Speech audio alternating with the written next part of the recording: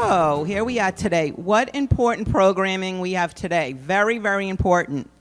So welcome to the Worcester Senior Center and our Distinguished Speaker Series. Before we begin, some thank yous and some housekeeping notes. Thank you to Dot Sweeney and Kathy O'Connell for setting the tables and decorating the room. Big round of applause for them. Thank you to Jim Crozier for all things tech.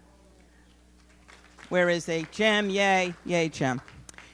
Thank you to Aetna Insurance, Always Best Care, and candidate for City Council District 5, Jose Rivera, for sponsoring today's program. And thank you to Vikstrom Law for sponsoring today's delicious lunch. So please silence your phones because this is really important information. You don't want to disturb other people at your table. We really appreciate that. If you need to go to the facilities, they're right out in the hallway here. Plenty of bathrooms for anybody who's new. So now the Worcester Senior Center Distinguished Speaker Series continues with attorney Christina Vikstrom. Do you recognize this name? Her mother, Andrea Vikstrom, is a dedicated volunteer here, and we welcome the Vikstrom family to the Senior Center today. So waddle on over and get your ducks in a row. So we ran with this theme for September because this is Attorney Vikstrom's theme, as you can see, and we had a lot of fun with it. I think you saw Leah out checking people in all dressed up as a duck. It's so cute.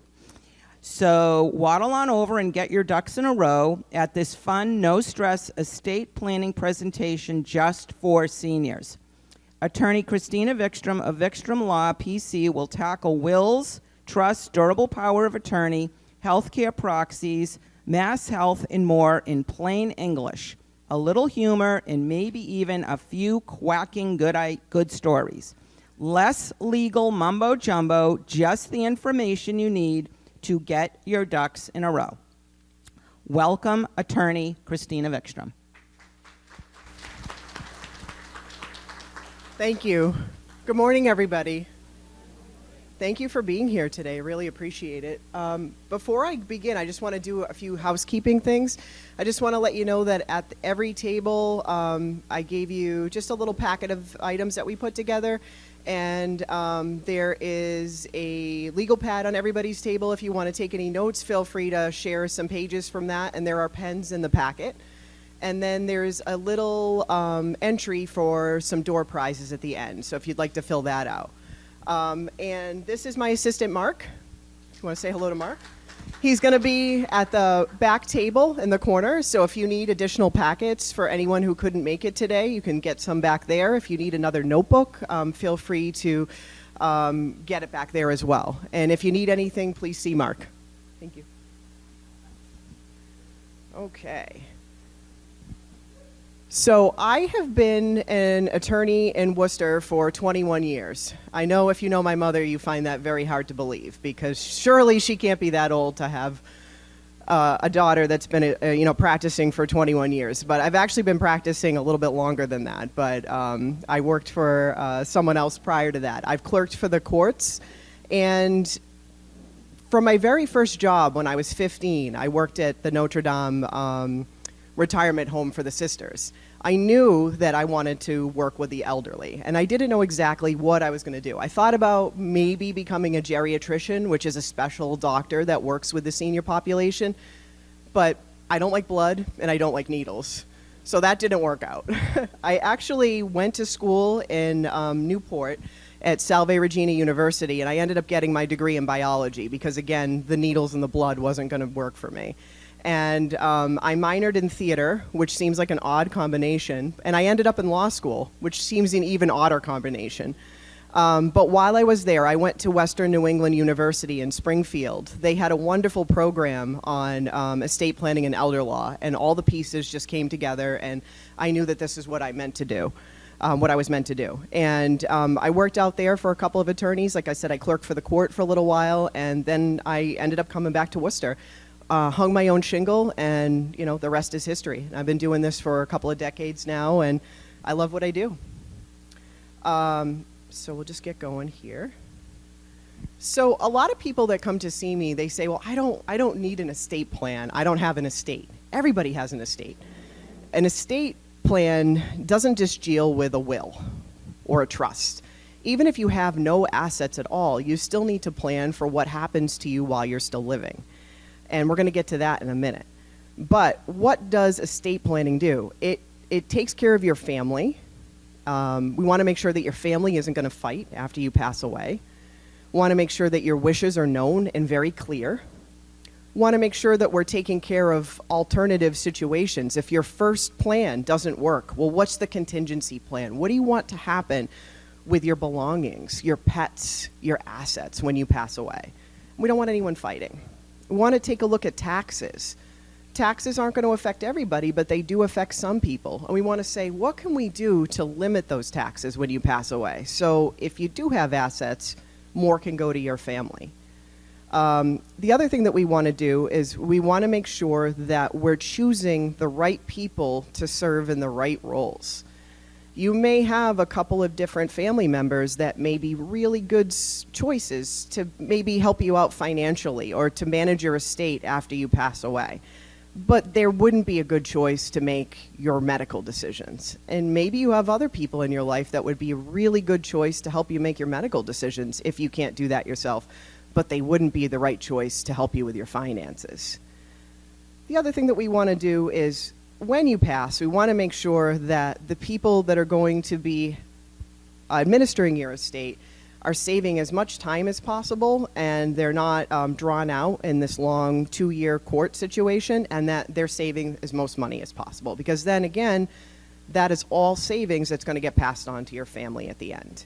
So there are a lot more components to an estate plan than just having a will. The most common documents that are included in an estate plan are going to be your healthcare proxy, your power of attorney, and then a will, and then sometimes a trust. A healthcare proxy names someone to make healthcare decisions if you can't do that yourself. So if you become incapacitated, if a doctor says you can no longer make those decisions, and that could be a permanent incapacity or a temporary incapacity. Incapacity is one of those things where if it's a physical incapacity, it's very obvious. You're either unconscious or you're awake. So that could be a very temporary incapacity.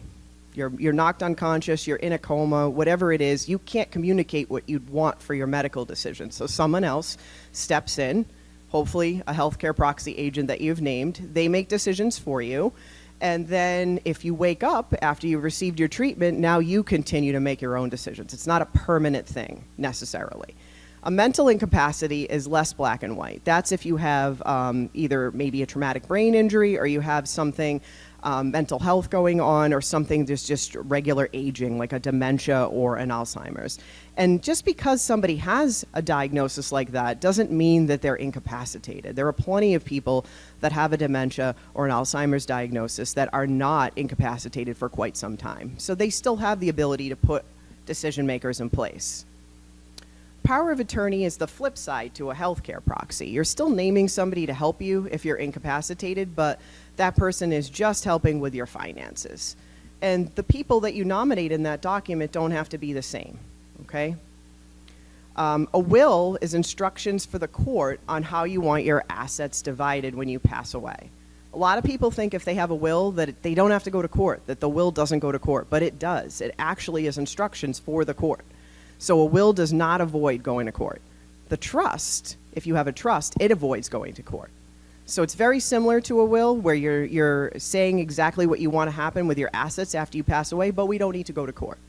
So a trust is really, really important if we want to save time and money for the people that will be taking care of your estate after you pass away. So with the power of attorney and healthcare documents that we just talked about, I want to expand upon that a little bit. Power of attorney, again, takes care of your finances. The healthcare proxy, you're naming somebody to make medical decisions for you. But in addition to the healthcare proxy, you can set up a living will. Or you can do documents with your physician called a MOLST form, Medical Orders of Life-Sustaining Treatment.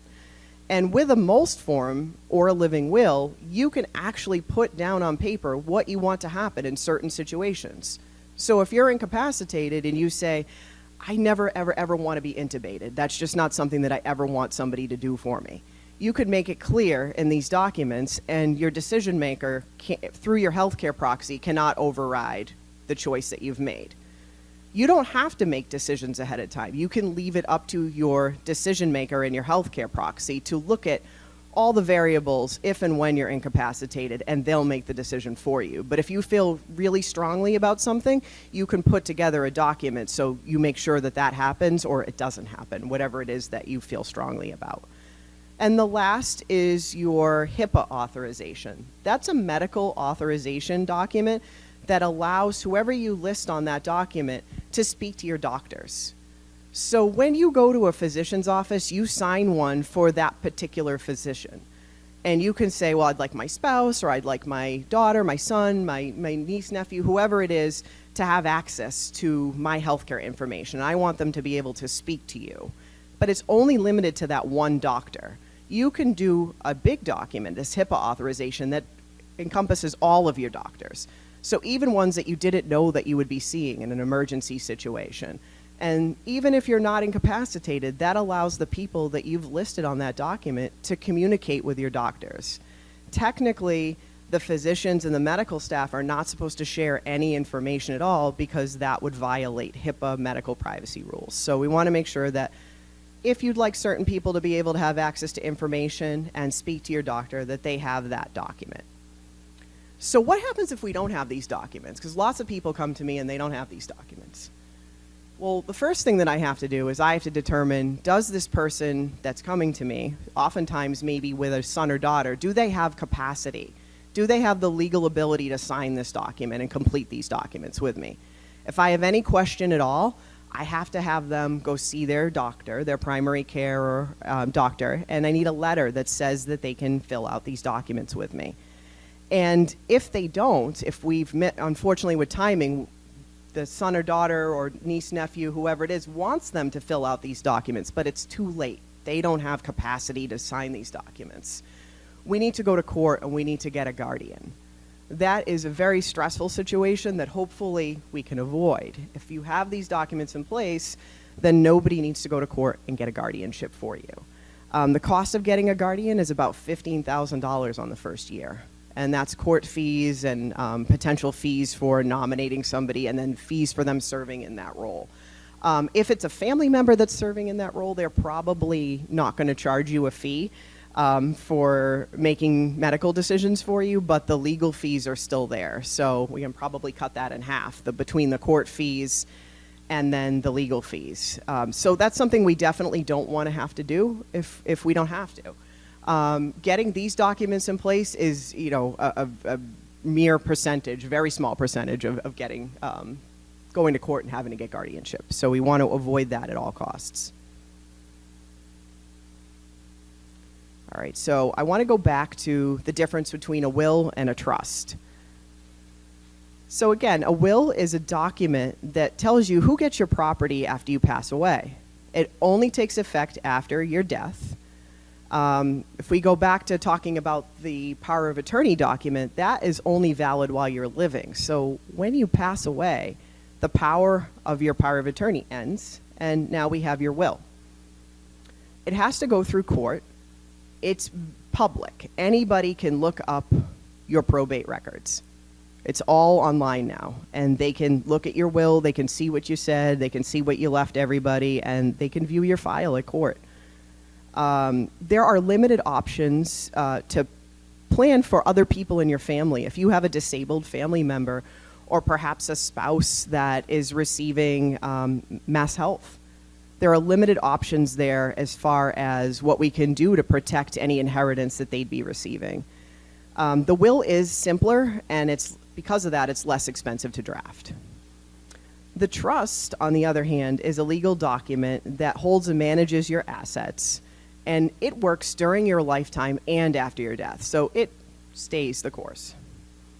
It takes effect during your lifetime. It avoids probate. It's private, it's secure, and confidential. So no one can get a hold of your trust and see what you've left everybody.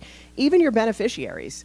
If you left a beneficiary $100 and you left another beneficiary everything else, the one that gets $100, that's all they see is that one redacted, which means they only see that one piece of the trust that says they get the $100. They're not entitled to the rest of the information.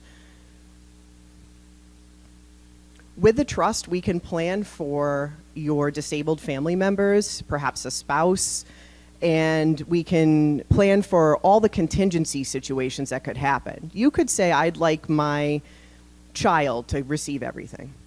But if you and your child were in a car accident together and you both passed, well, what happens then? You could say, well, I guess my grandchildren can get everything. Okay.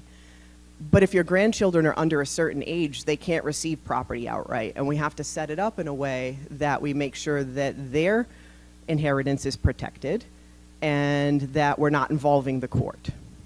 If you leave stuff to a young person who's under 18 and you don't set it up in a trust, then the court gets involved. And again, they're going to set up a special type of account for the child or for the young people. And every year there's going to be fees to the court, and that's going to eat away at whatever you left for them.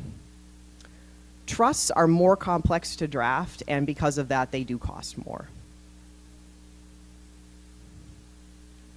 So, your durable power of attorney and your healthcare proxy protect you while you're still living. They're probably the most important documents because we want to protect you while you're living. Your will and your trust, they protect your assets after you pass away. Okay, so there's two components of this, protecting you while you're living and then protecting your assets after you pass away. So occasionally we can have family strife. So you can think that you want things to happen a certain way and another family member wants them to happen a different way. You have control over what you want to do. If you want to do something different than your other family members think you should do, you have the right to do that.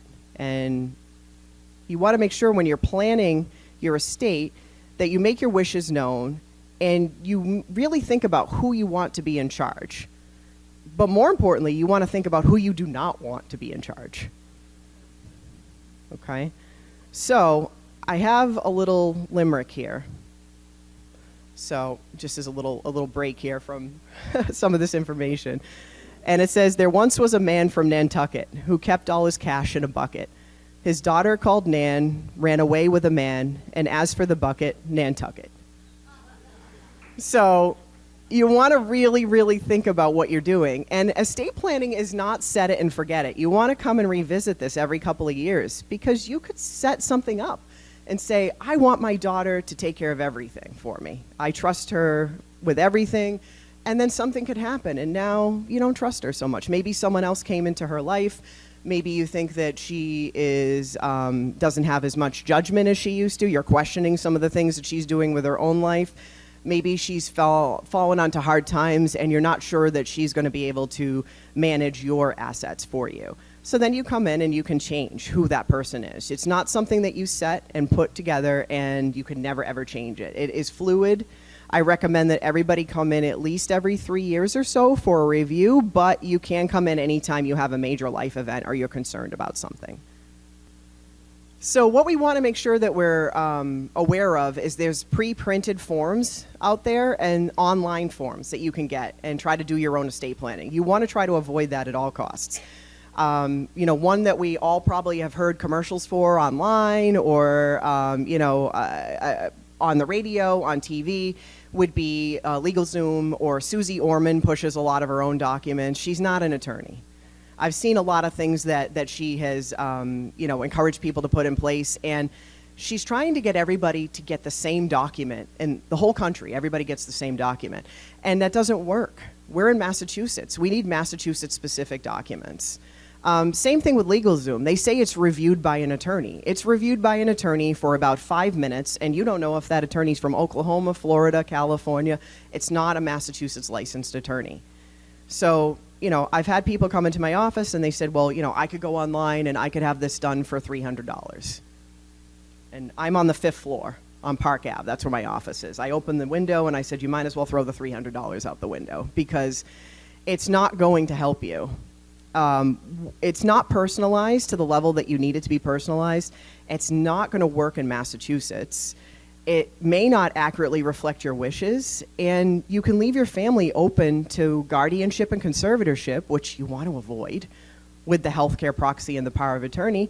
And we may end up in probate court anyways, even though you thought you got a LegalZoom trust. It didn't protect you, and it actually causes more problems than it solves. So we definitely want to avoid that at all costs. So, other mistakes that people can make with their estate plan. They can have outdated beneficiary designations. So, you have a couple of documents, accounts, you have some life insurance, maybe you have an investment account, a 401k, whatever it is, and you name your spouse as the beneficiary. And then your spouse passes away, and you have no backup person listed. Well, now where does that asset go? It ends up right in your estate, and we're in probate court, where if you named a backup beneficiary or if you updated your document, that wouldn't have happened. You could have lived out of state before you moved into Massachusetts, and you say, "Oh, well, I got my documents done when I was in Virginia. I don't need to do that." Well, we don't know if those documents work in Massachusetts. We need to take a look at them and say, is this valid here? Does it have everything that we're looking for, or do we need to update them? When people get trusts in place, they have to actually fund their trusts. And that means we need to associate certain assets with your trust. The trust can own an asset, or you can name the trust as a beneficiary of an asset. That's what I mean by funding the trust. But if you don't do that, your trust isn't working for you. So when you work with an attorney that's going to draft a plan for you, we're not just going to hand you your documents and say, okay, good luck.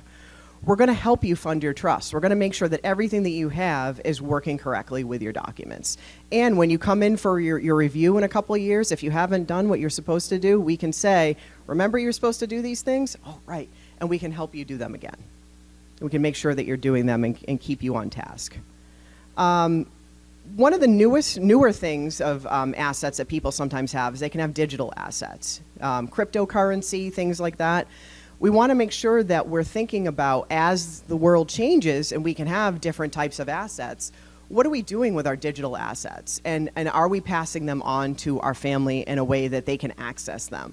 And it doesn't just have to be something like cryptocurrency. It could be pictures that you have hosted online.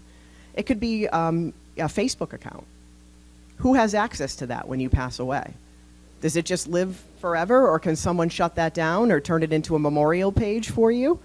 And it could be any other type of digital assets that you have hosted online.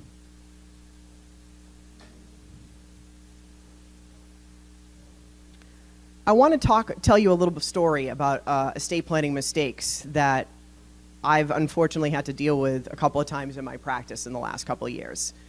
And it was people that were not my clients, but their family came to me when the person passed away and said, I need your help administering this estate. Okay, no problem, like we can do that. And there was a will. And the woman that passed away had never updated her will and had never updated who she wanted to take care of her will when she passed away. She was in her 90s. She had several siblings who were also in their 90s. She named her siblings to receive everything. They also were the people that were in charge of her will. So we filed it with court, and my client, her sister, died. So we couldn't do anything until we opened her estate, because the whole process came to a grinding halt. None of the other siblings were in a position to serve in that role, to be the personal representative, or what we used to call in Massachusetts an executor of the estate. None of the nieces and nephews were interested in doing it. So my office stepped in just so we could get things moving, and we became the executors or the personal representatives of the estate. We got it back on track. My client that died, her estate was opened by her family, and we were able to move it forward. The original person that died, her brother died. Everything came to a grinding halt. We had to open up his estate. 3 months later, the other sister passed. Again, stop everything, wait for that estate to open. A year went by. We were finally ready to make distributions, ready to go. The last sister passed. in California. California law and Massachusetts law do not intersect. They are very, very, very different. Massachusetts is saying that we cannot do anything else with this estate until her estate is opened in California. California law says that this person that died in California's estate does not need to be opened. I'm stuck. So now we're working with a California attorney to get something from that court, from the sister that died and that family, so Massachusetts will accept it. Until then, the entire distributions are frozen. Now all the siblings have passed. This woman that died, again, who was not my client, because I would not have drafted this will, but she did not provide for what happens when her siblings passed away. She just left everything to her siblings. It will eventually go to their families if they have children. If not, it will be redistributed to the nieces and nephews. But she could have avoided all of this if she had a proper will in place that planned for what happens if my siblings pass. At some point, though, even if you have contingencies, you have to think at some point that it's not a good idea to leave assets to your siblings anymore, or someone that's the same age group as you, because that person, again, could pass and we could end up having to do the same thing in the story that I just told, where we have to stop everything, wait a while, open up that estate, and start everything up again. But also, you don't know if that person's receiving any public benefits. In Massachusetts, or really any other state, if they're receiving Medicaid or had received Medicaid during their life and they're over the age of 65 when they receive that, if they have anything in their estate when they pass away, there's a payback to Medicaid. So Medicaid is just going to have their hand out. Massachusetts, through Mass Health, which is Medicaid in Massachusetts, they're going to have their hand out. They're going to take that. So if you're alone and you pass away and you have no children and you list your sister to receive everything, and your sister is of a similar age of yours and they've been receiving Medicaid, the sister isn't going to receive it. It's going to go to Massachusetts. So these are all things that we need to consider. Now, if you're young and you want to name your sister or your siblings to receive things, you're younger. When I mean younger, you're 60, 70, early 80s, okay. But we want to plan for that. We want to say, what if you never touch this document again? As I don't want to plan on you being able to come in. What if something happens and you can't come in? You're incapacitated. You would have made changes, but you can't. So I draft in my documents language that says, okay, it's going to go to your sister, but if your sister is ever received Mass Health or will receive Mass Health, we're going to put it over here in a special little trust for your sister. So your sister has access to this, or whoever you've nominated to take care of, or your sister has nominated to take care of her, is going to have access to this money in this little trust over here. But then Massachusetts can't touch it. And when you pass away, it goes there. But when your sister passes away, Massachusetts can't touch it. So then that money goes to the next level of people who you wanted it to. So we want to make sure that we don't have a state recovery taking your money when it was your sister who was receiving benefits. So there's lots that we need to think about that you might not have known if you didn't come in to see an elder law attorney. So a lot of people, again, think, well, I don't have an estate. Everyone has an estate. If you have a bank account, you have an estate. If you own a home, you have an estate. If you have a dog, a cat, you have an estate. If you have a couch, you have an estate. Everyone has something. Clothes, any personal belongings, jewelry.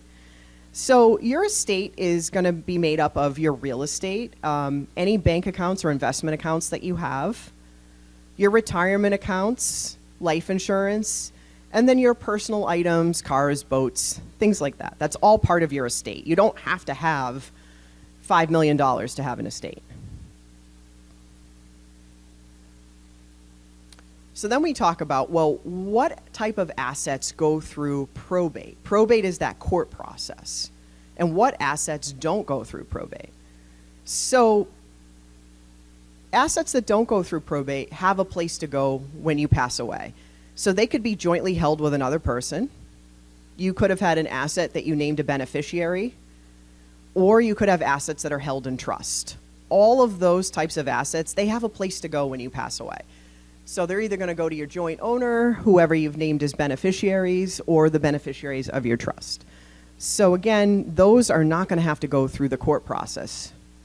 Probate assets will go through the process of court. And that's going to be your house or your car that's in your name only, any bank accounts or investment accounts that you have that's in your name only, and any other asset that you have in your name only, and including your personal possessions, your pets, things like that. They're going to pass through your will, and that's if you don't have a trust. And they're eventually going to go to your will beneficiaries. However, they do go to court and go through that court process. We want to avoid probate if we can.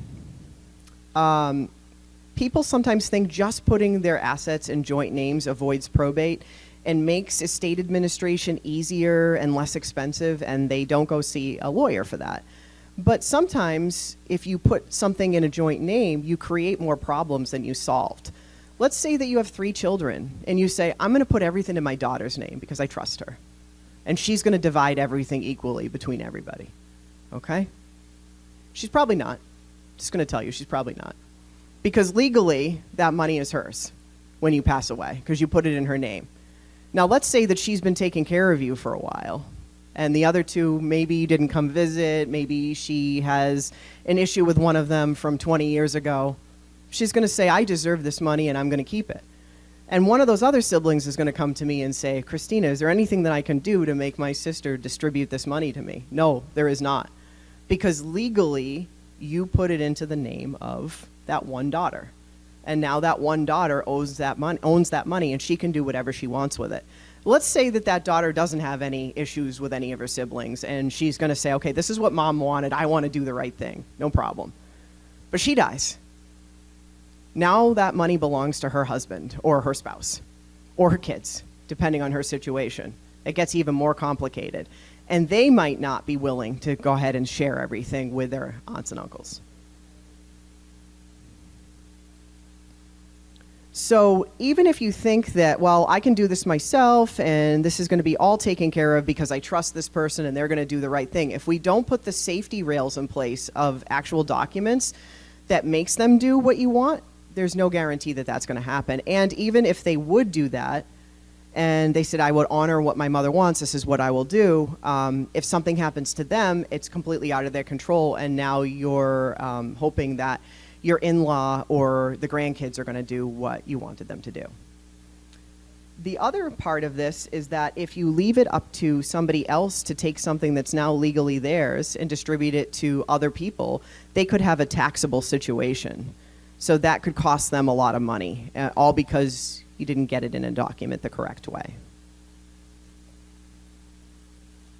So other than the basic documents that we talked about so far, some people need some advanced estate planning items. We're not going to get into these in detail today because we would be here a lot longer than we would like to be, but some advanced estate planning options are life estate deeds, a special type of trust called an irrevocable trust, long-term care insurance, tax planning, charitable giving planning, special needs planning, and then planning for mass health.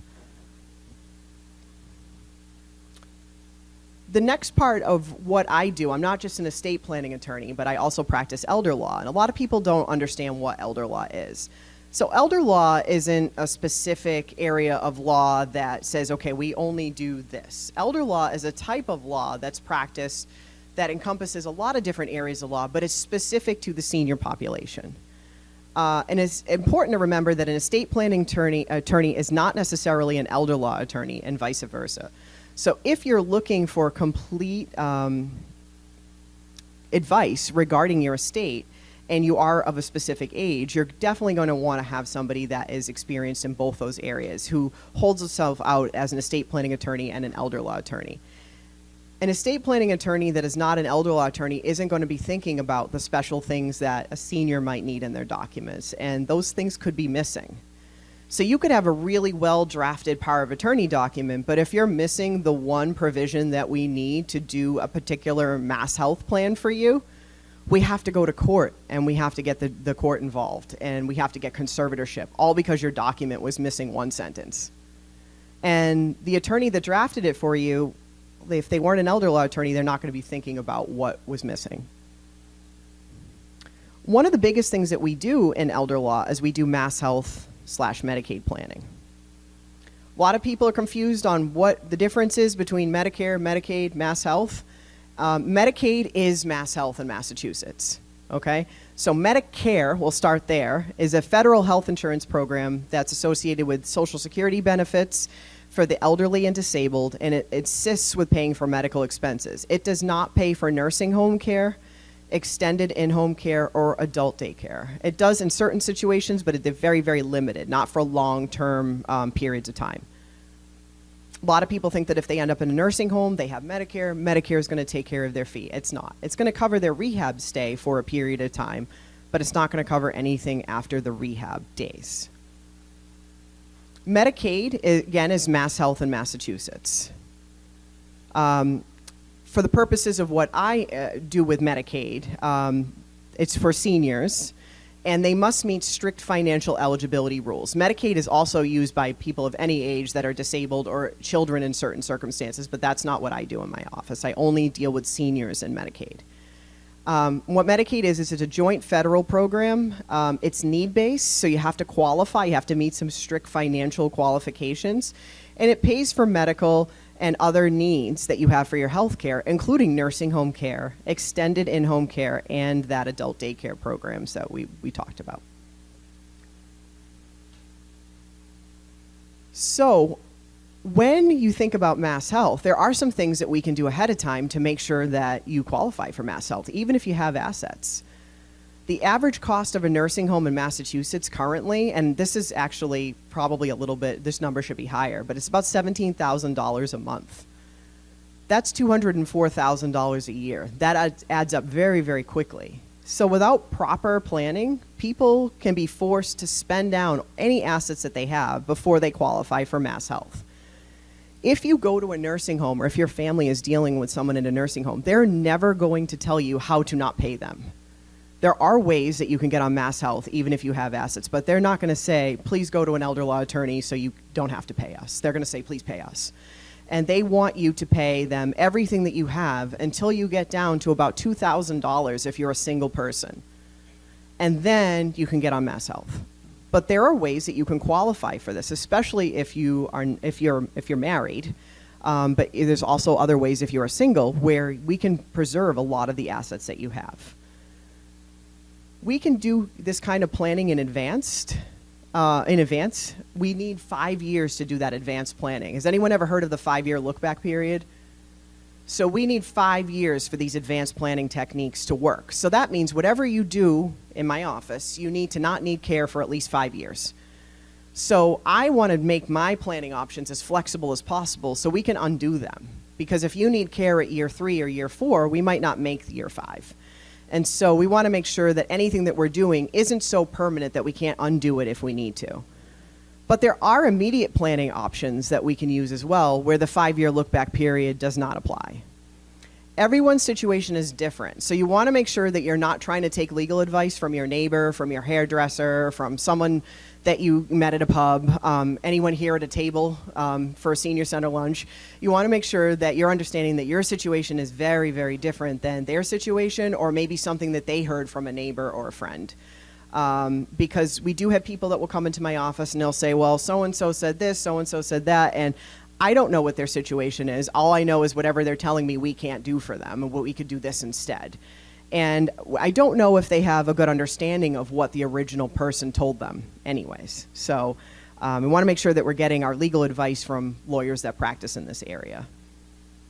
And whenever someone's going into a nursing home or they're thinking about doing advanced planning, we want to make sure that, again, you're meeting with an attorney and not someone else that says, oh, well, I can help you. Because if they're not an attorney, then the most important thing to remember is that they probably don't have malpractice insurance. So if you listen to somebody that's not an attorney and they make a mistake or they lead you astray down the wrong path and we find out that's wrong and it's costing you all this time and money, there's nothing you can do about it. So you want to make sure that you're meeting with people that are experienced in this area and, again, have protection that if for some reason they led you astray, you have insurance that's there to protect you. So, as I was saying before, with planning, you can qualify for Mass Health even if you have assets. And a lot of people don't understand that, and the nursing home's never going to tell you that. If you're a single person, you can only have, according to MassHealth, $2,000. In addition to the $2,000, you can have a burial account, which is a special bank account with $1,500 in it. You can have a prepaid funeral that you set up with a funeral home. Sometimes you can have life insurance policies. There's rules around them. It depends on the type of policy. And you can actually have income-producing real estate or business. So if you have a business in your name that doesn't need you to run it and it's producing income, you don't have to sell that business. You don't have to divest yourself of that business. You can still get on MassHealth for your long-term care needs as long as it's generating income, because the state wants that income. If you have a rental property and that's generating income, they're not going to put a lien on that property. You can still maintain that rental property. Somebody's going to have to manage it for you, but the state's going to want the income that it produces at the end. So after all the expenses are paid, the taxes, any upkeep, whatever income is generated from that property, the state's going to want that in order for you to be on MassHealth. But you don't have to get rid of it. You don't have to sell it. And you do not have to worry about them putting a lien on it. Notice on this list, for a single person, it doesn't say you can have your own home. You can if you're in an in-home program, but they could put a lien on it. But if you're in a nursing home, you can't maintain your own home long-term, because they're going to put a lien on it, or they're going to force you to sell it in order to maintain eligibility. A lot of people think, oh, well, the nursing home is going to take my home. The nursing home never takes your home. But if you have a home and you have assets and you don't qualify for MassHealth, you're not going to receive MassHealth to pay the nursing home, so you have to pay the nursing home privately. And if you don't have the money to pay them privately, but you're also not having MassHealth pay for your care, the nursing home's just going to say, I'm sorry, we can't provide care for you. But the nursing home themselves, whoever owns the nursing home, the company or the local area, they cannot come and take your home. That is false. If you're married, you can have a little bit more. And this is if one spouse is in the nursing home and one spouse is home. So the person that's in the nursing home can still have that $2,000. The one that's home in 2015 can have $157,920. How they come up with these numbers, I don't know. But that's all they can have, in addition to what we talked about on the other slide, the burial account for each spouse, a prepaid funeral for each spouse, certain life insurance policies. They can have the primary residence. If the spouse at home is well enough to live there without assistance, they can continue to live there, and there will be no lien on the house if it's done properly. And they can have the income-producing real estate or business, just like we talked about before. And they can have one vehicle. So MassHealth doesn't want the spouse at home to be impoverished to the point where they themselves need additional public benefits. They want you to have something that you can continue to live on. If the spouse at home doesn't have a lot of income of their own, they're actually entitled to some or all of the income of the spouse that's in the facility. So you might be able to keep your spouse's income so you can continue to maintain yourself in the home. But to some people, this isn't a lot. And well, what happens if you have assets over that? Again, the nursing home is going to tell you, please pay us until you're at this limit, until you only have $157,920. They're probably not going to tell you that you can open up a burial account and have these pre-need accounts. So when you get to that level, then they're going to send you to maybe an application service. The application service for MassHealth are not lawyers. They are lower cost, but they have no insurance. So if they make a mistake, you're on your own. At $17,000 a month, private care costs for a nursing home, you definitely don't want anybody making mistakes. But there are things that we can do for a spouse that's at home to make sure that they do not have to spend all of their money down. And so it's really, really important whether the person is a single applicant or they have a spouse that's well at home, that they meet with an elder law attorney, because there are things that we can do to preserve all of those assets. So why would you want to spend them if you don't need to? Right now, what we have for MassHealth planning options is we have irrevocable Medicaid trusts. That's something that we can do for an advanced planning strategy. There are gifting plans that we can do. That has to be very, very carefully coordinated with your attorney. It can be done as an advanced planning strategy 5 years before you need care, or it can be done last minute.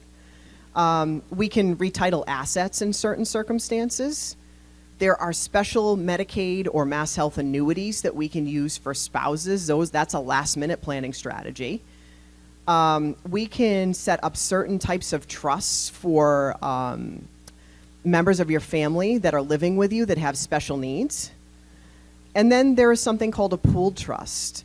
Pooled trusts are nonprofit companies in Massachusetts that will hold assets for you, and that's for a single applicant, and it becomes a non-countable asset. So you can be on Mass Health while the pooled trust holds your assets, and you can still access all of the money that's in your pooled trust while you're on Mass Health. And then there's long-term care insurance. Long-term care insurance is an advanced planning strategy. It's really good idea to have that in place when you're younger. When most people are ready to get long-term care insurance, unfortunately, they may be aged out of the policy because it would be too expensive. That's something that someone would really want to get in place in their 50s. I'm not going to go into very many details on all these different planning strategies because it really depends on someone's particular individual circumstances on what's appropriate for them. And the other thing that I wanted to mention is that we have to be careful when we're doing any of these plans. We want to maintain the flexibility of the plan. We don't want to put all our eggs in one basket, because if we do that and the law changes, then we're stuck with a plan that's not going to work. So we want to build flexibility into all of these things. And Medicaid, or Mass Health in Massachusetts, will change over the next 10 years. What those changes are going to be, I can't tell you. We'll have to see, because it's very unknown right now. But there's one important change that has come down the line that will take effect next year. Currently, if somebody is going to apply for Mass Health, they have 90 days retroactivity, which what that means is if you apply and you're approved, Mass Health will cover backwards 90 days of your care in a nursing home. So you have 3 months to put everything together, or the attorney has 3 months to put everything together before they submit to Mass Health. Starting next year, there'll only be 30 days. And that's an impossible task, unfortunately, when you're looking at gathering all of your financial statements, dealing with financial institutions. Nothing really happens that quickly. So what that's going to put is a lot of people in a situation where they unfortunately won't have coverage for a month or two. And if they have their own assets, they may have to pay privately for that month or two, or we're going to have to get creative in how we're submitting applications. And so what a lot of us as elder law attorneys are going to do is we're going to submit applications with basically no information, your name and address, and we're going to submit it. And that's going to buy us about another month with Mass Health, or we'll send them anything we can in the first 30 days.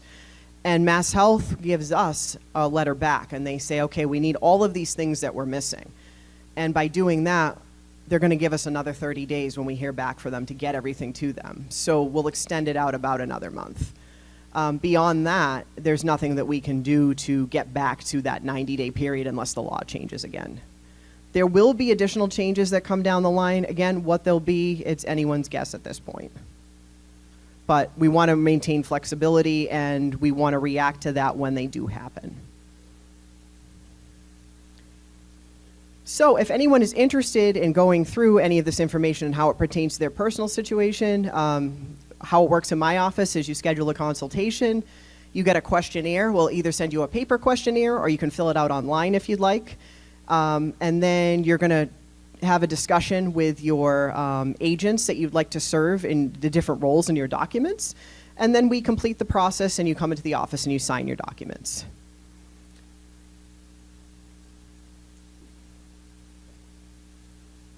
So now we've arrived at questions. Does anyone have any questions that they'd like to ask?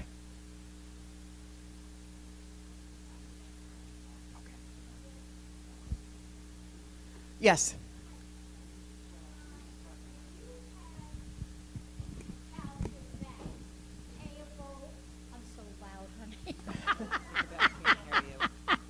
Payable upon death. Yes. All right? And that is carried through the way that you have it set up with the banks. How does that get reported to the courts, or does it? It doesn't get reported to the courts because that would be a non-probate asset. So whoever you've listed as the POD, which is payable upon death, sometimes called a TOD, which is transfer upon death, or a beneficiary, that person or persons just accepts the assets directly, and the court is not involved. Thank you. Mm-hmm.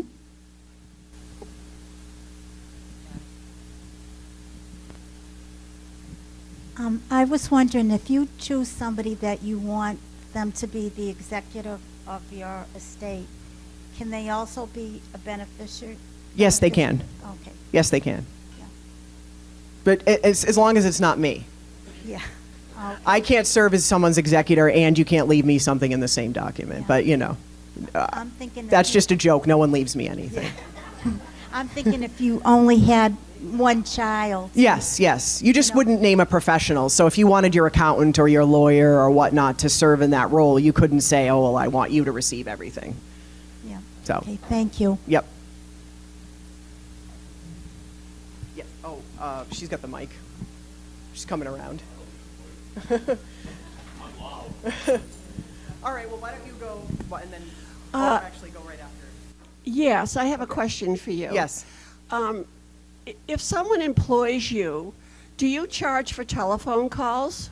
For estate planning, no. We do all this flat fee estate planning. But if it's a litigation matter, so anything I'm going to be at court, so if I'm doing someone's estate administration or if I'm helping them administer a trust, that all has to be hourly charged. So some phone calls are charged, some are not. So if you're doing somebody's trust, there's a charge for telephone calls? No, only if I'm administering the trust after someone passes away, because I have to advise the trustee or the executor or personal representative what to do, and everybody's situation is different. I can't flat rate that. But if I'm drafting your estate plan, so I'm drafting a trust for you, or I'm drafting wills for you or other documents, it's all flat rated because it's the same price for everybody. Okay, so if somebody calls you, like, you know, on their estate that you're probating or whatever it is, Yeah. there's a charge for that telephone call?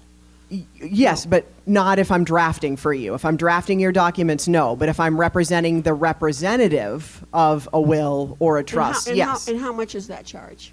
Well, it depends. It depends on what matter it is. Because And a lot of attorneys are charging for different things, Mm-hmm. and it's a turnoff.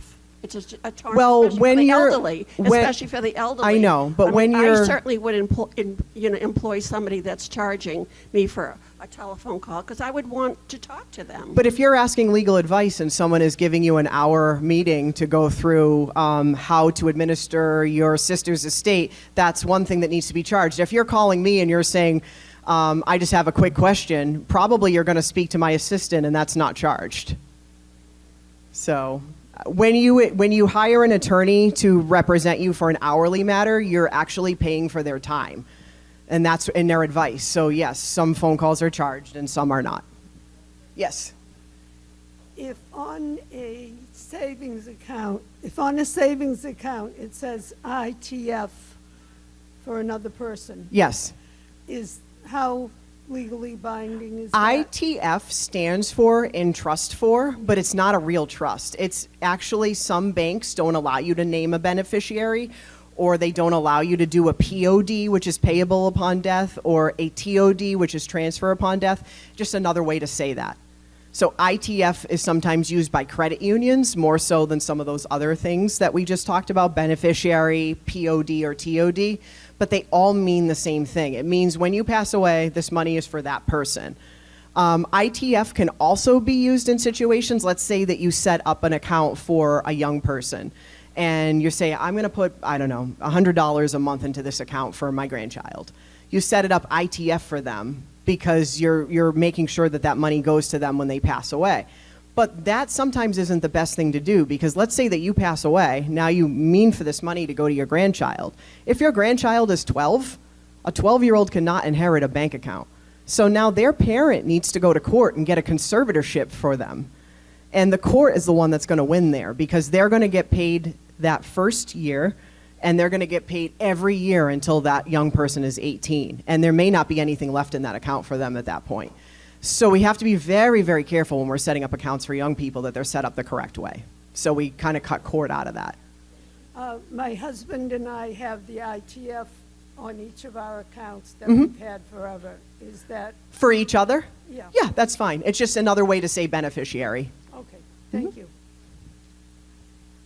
Did somebody in the front Yep. have one? You had a question, right?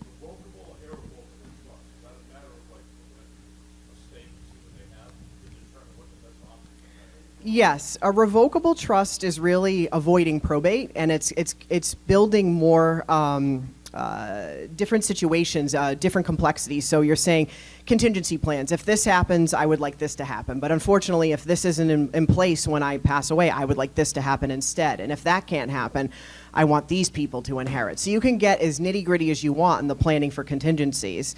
But the main focus of a revocable trust is to avoid probate and to simplify estate administration when you pass away. And you, the person that's creating that trust, you're in charge of that trust during your lifetime. So it's the same as if you own assets individually. It's actually going to use your social security number as its tax ID number. So I tell people it's like your reflection. It's as close to you as it can be. You're not giving anything up to anybody. You're not giving up control or power. An irrevocable trust, you are not in charge of that trust. That money is not yours anymore.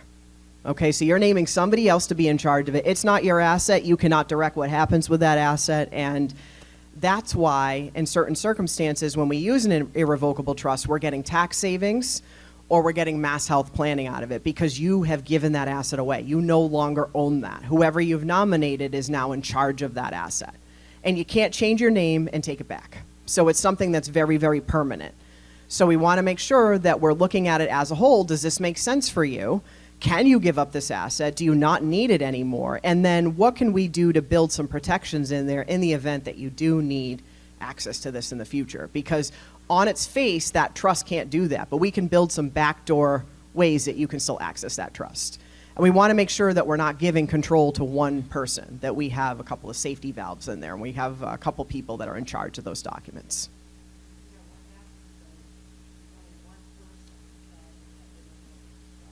If there's only, well, you always want to have alternate agents. And in the event that you don't have an alternate agent, you can name a professional. So you can name your attorney, you can name your accountant, just somebody that can step into that role if that person's gone, one person that you have.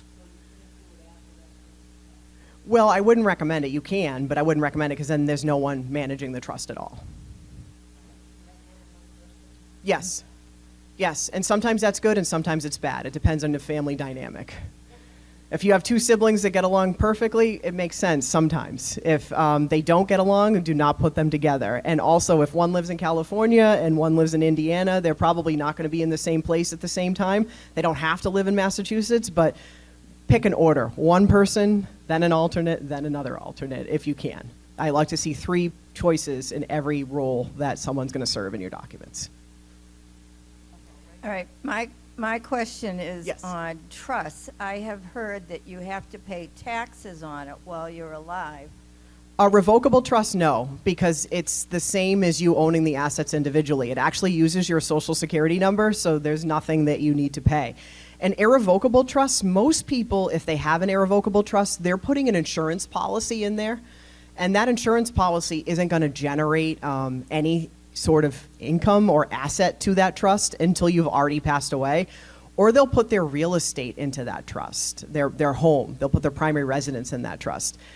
The taxes that need to be paid to the city or the town are going to be the same. But as long as you're not renting that property, you're just living there, it's not generating any income to you. So there's no income tax for most people. Some people with very, very large estates, talking multi-million dollars, they may put cash into an irrevocable trust. And whatever income that generates, then that trust may need to file an income tax return. But in most cases, regardless of which type of trust you have, no additional tax returns until after you pass away. Then there creates additional tax returns. Thank you. Yep. Hold on, we got one in the back.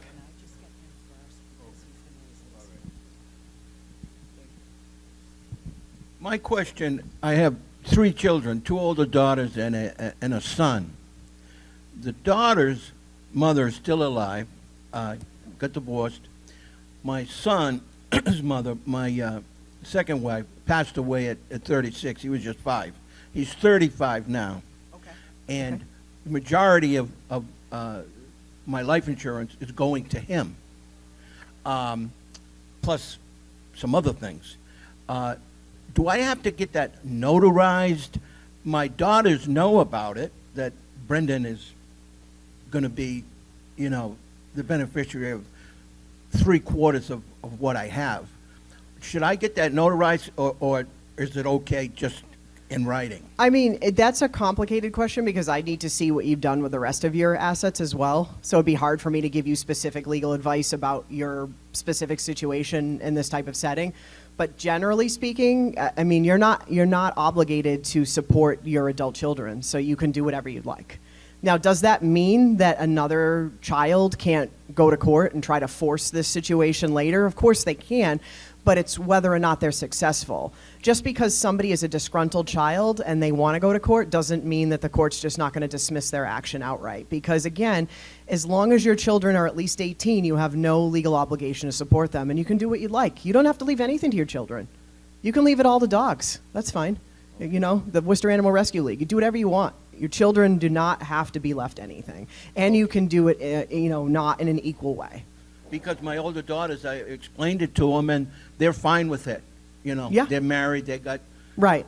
where my son is single, and Right. they're good with it. I just want to make sure that at the last minute they might go to court and try to get this from him. Well, I mean, I can't say what people Right. would and wouldn't do, but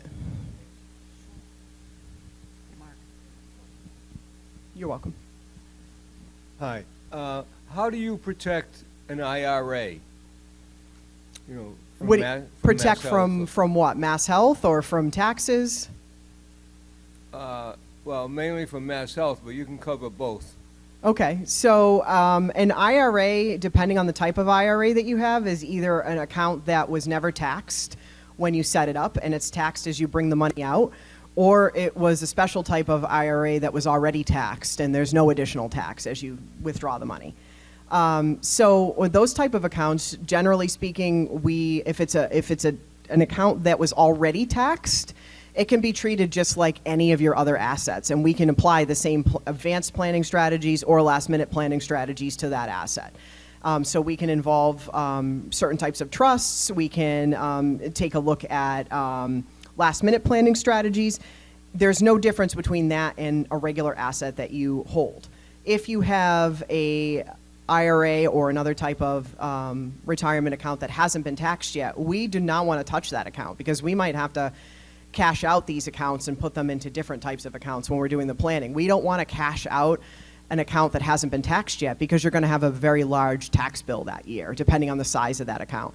So we'll only touch those accounts if we're doing last minute planning because we absolutely need to do something with those assets at that point.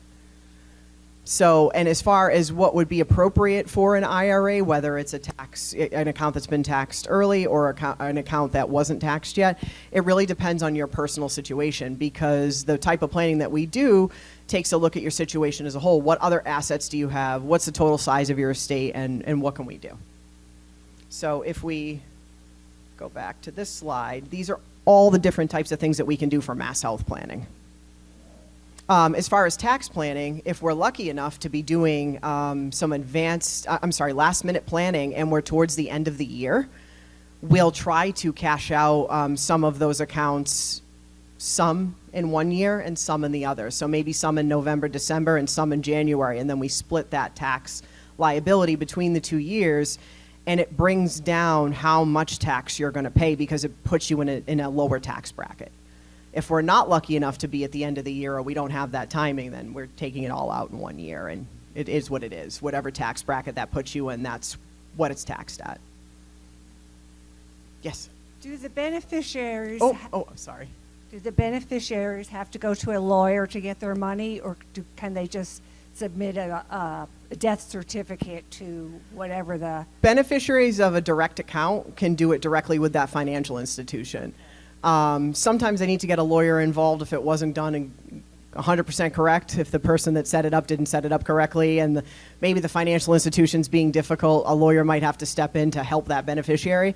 But if it's a beneficiary of a trust, then they need to go to the trustee that's in charge of that trust, and likely there'd be an attorney that would be helping that trustee, and that's who would ultimately make the distribution. Do they have to go to the same lawyer that set up the trust? Or Absolutely not. You can go to whoever you'd like. And sorry, we're going to go to the back. And we'll go back up to the front. If I have several properties, and when I pass away, I want, say, one of the properties to go to my kids, but me and my husband's name is on the property, does he have to approve that? I'm sorry, can you say your question again? Okay, so say I have several properties. Yes. But when I die, I want my children to have one of the properties. Does my husband have to approve that if his name is on the properties? Yes. Okay, but what if his name is not on the properties? Then no. But what if we were married, but his name wasn't on the property? Maybe. And the famous lawyer answer is it depends, because it depends on your specific situation. But as I said before, you don't have a legal obligation to support your adult children as long as they're 18 or over.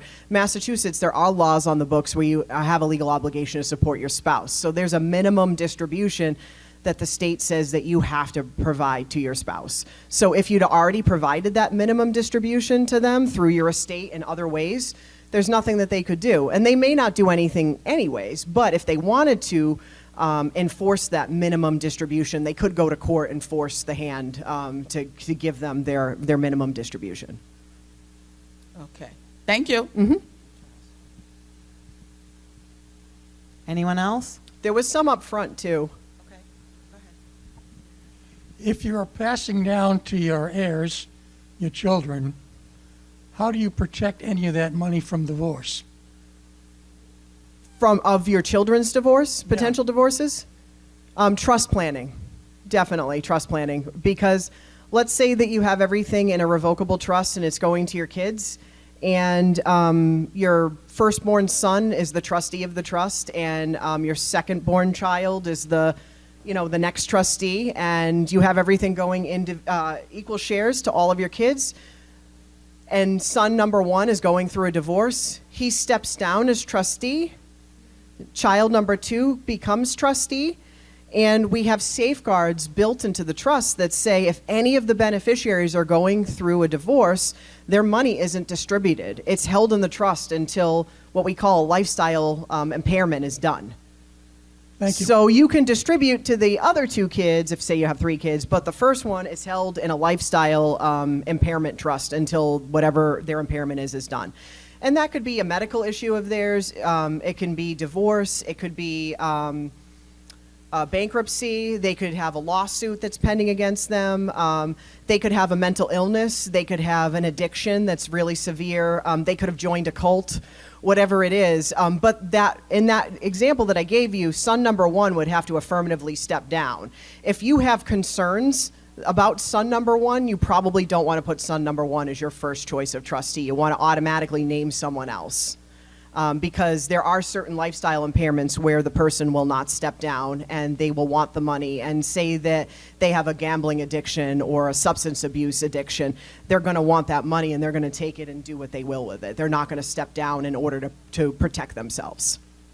That's why it's very important that we meet every so often to review your plan. And if you have a lifestyle change, that you call your attorney to have a review. Okay, I'm going to take a question in the front here. If a parent has 2 children and they don't make out a will, so one lives in the state that parent was, the other one lives in this state, what happens with the estate of that? If you don't have an estate plan, Massachusetts has one for you. So they have a default estate plan for everybody. So if you don't have a will, you don't have a trust, it doesn't matter where they are. It doesn't matter if you have 2 children that live in a different state. If you're not married or you're widowed, everything goes equally between your children. Not necessarily, but let's say that one of your children steps in as the representative of the estate, and now they want to be paid, they make up a number, $25,000 for representing the estate. That could be a point of contention between the kids. So you can avoid that by actually putting everything down on paper. And also, what happens if one of your kids passes away? Did you want their share to go to their kids if they have kids, or did you want it to go to your remaining child? Because Massachusetts says it goes to your grandkids. But if you didn't want that to happen and you wanted it to go to your surviving child, the only one that is still living, you have to actually put that down on paper. So the contingencies are already set for you. Everybody has the same plan if you don't do it yourself. Yeah, it doesn't matter where they live. Okay, we have a question here. How do you protect your property from somebody taking over your deed? I heard that that can happen, and then they borrow money against your equity.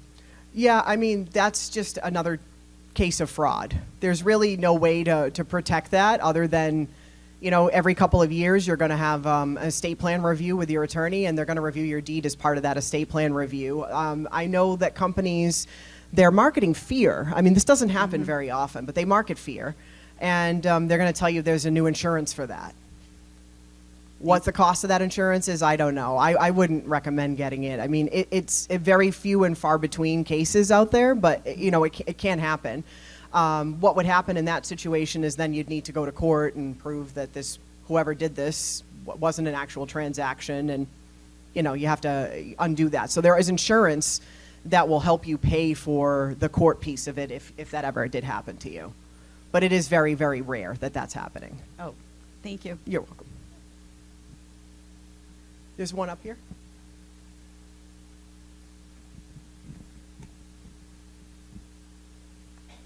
Yep, thank you. What's your opinion on the life estate option? Life estate? Option. Yeah, you life know. estate's a good option for some people that want to do advanced planning. Basically, you put your deed into whoever you'd like to receive that property after you pass away. You put it in their name now, but it's a gift frozen in time. So what that means is you, as the person that is doing the deed, you're saying, when I die, I want this to automatically be your property, but I am holding back my life estate. Well, what that means is you, as the person, have the right to live there and enjoy that property for the rest of your life. And it automatically goes to that person when you pass away. If you do that at least 5 years and a day before you need mass health or Medicaid in any other state, that property is protected. So they won't count that as a countable asset. But again, you have to be aware of that, because if you want to sell that property at some point during your lifetime, you're going to lose that protection. And whoever you have transferred that property to, they have to also sign the deed giving it back to you to sell. So you have to make sure that whoever you're using, whoever you're transferring to on your life estate deed, if it's children or multiple children, that you trust that they're going to do the right thing and give that property, deed that property back to you if you ever need to sell it during your lifetime. And again, we don't know. You could have the best relationship with your children now, but something could happen 3, 4, 5, 7 years from now, and something that was completely unforeseen. So we want to make sure that we have some safeguards in place. So we talk about the risks and the pros and cons when we're having a consultation, whether or not that's the best option. And do you find that many people are using that option today? I do, yeah. It's sometimes called a poor man's trust, a poor man's irrevocable trust. Not that it's for poor people, but it costs a lot less to do than an irrevocable trust when you're dealing with your real estate. But it gives you just a little bit less protection than the trust. So you have to sit down with the attorney, go over the pros and cons, and make sure that that's the decision that you want to make.